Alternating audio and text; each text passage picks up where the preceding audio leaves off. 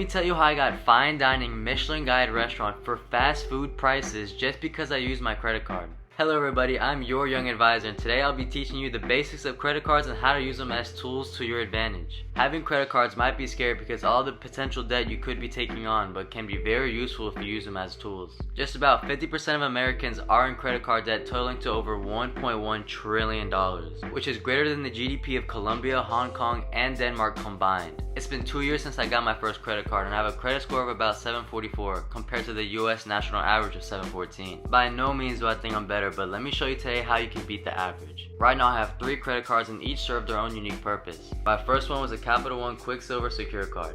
It was right after I turned 18 in 2023 and I had to put $200 of my own money to open the account. I used it for about 6 months until they finally refunded that money and gave me my own line of credit of $1,200. When you get your first credit card, most lenders are not going to trust you with any amount of money, so you have to put your own money in first most of the time. And from there, they will monitor how well you use your money from a very safe distance before they extend a line of credit to you.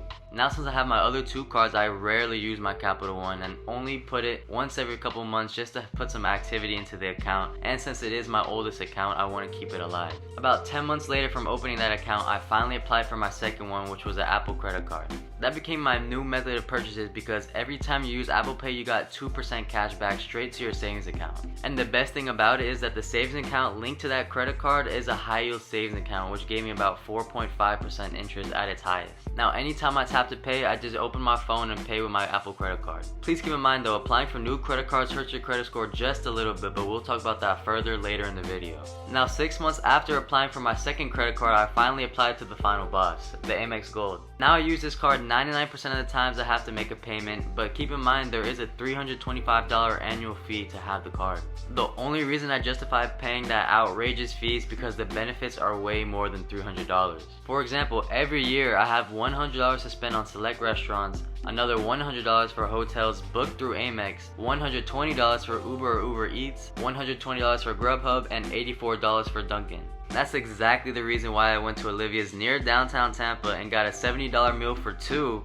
just for $20. And on top of getting all this free money just for being part of this program, you are also enrolled to a point system that will heavily incentivize spending. For example, you get 1 point per dollar spent with the Amex, but for restaurants and grocery stores you get 4 points per dollar, and for airports you get 3 points per dollar. It doesn't have to be fine dining either. Fast food and normal restaurants are included in the 4 times as well. I was just in Puerto Rico a couple weeks ago and I used my Amex to pay for some food in the middle of nowhere. The kitchen was held up by a tent and there was definitely 0 registration involved in that restaurant, but I still got my 4 times points and the food was bussin'. That being said, as much as I don't like trillion-dollar bank organizations, using these cards can really be to your advantage. And most of the time I don't like spending money, but using these multipliers have gotten me to 7,000 points as of right now. If you do the math, 1 point will be about 2 cents, but right now I'm eligible for a $50 Apple gift card just on the points alone. But if we're being real, there's 0 chance I'm going to get a $50 gift card. I'm waiting till I get more points so I can book flights and vacations overseas. Having a good variety of credit cards can be useful for almost every single situation where you're spending money.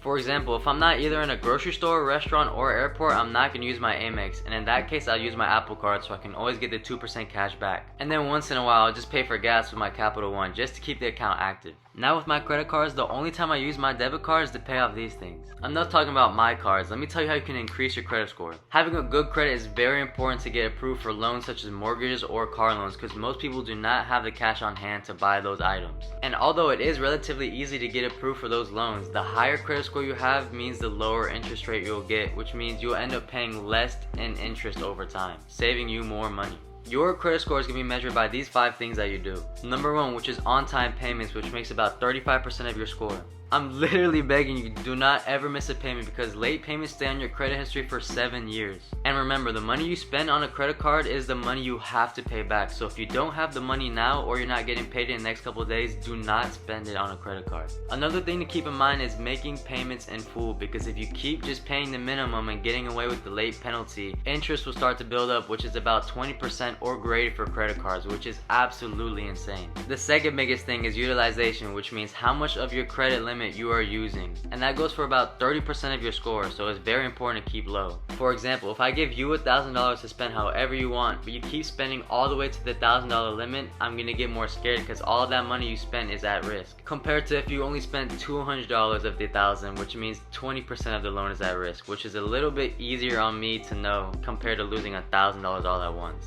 So in terms of credit cards, you want to keep your utilization under 30%, but ideally would be 10. So with the credit limit of $1,000, try to keep it under $300, and if you want to spend any more, pay it off before you do so. Number 3 is the length of your credit history. You could have perfect on-time payments, but if you only have a history for 2 months, then that's not going to mean anything because you have lots of life ahead of you. Compared to an account that's 30 years old with on-time payments, that's how you know that person is really good with their money over time. For that exact reason is why I'm keeping my Capital One card that I barely use alive, because it is my oldest account. Right now it's 2 years old, but if I close that one, my second oldest one will only be a year, which is not as good as 2 years. So please don't ever close your oldest account. I know someone who did, and they're now paying the consequence with higher interest rates, so let's not be in that group. And even though it's only 15% of your score, it's going to be the reason why people with lower scores still get approved for mortgages and car loans, because they have a longer history of credit. The fourth thing going into your score is the credit mix. This is going to be your ability to pay off different types of loans, such as student loans, car loans, and mortgages. They all have different interest rates and terms to pay off, so the credit bureaus are going to see how well you can manage all those different types of loans. It only affects 10% of your credit score, but it also includes the ability to manage different types of credit cards, so keep that in mind. The fifth and last thing affecting your score at 10% is the amount of new credit you're taking on. That includes applying for new credit cards, new loans, or even switching your phone service.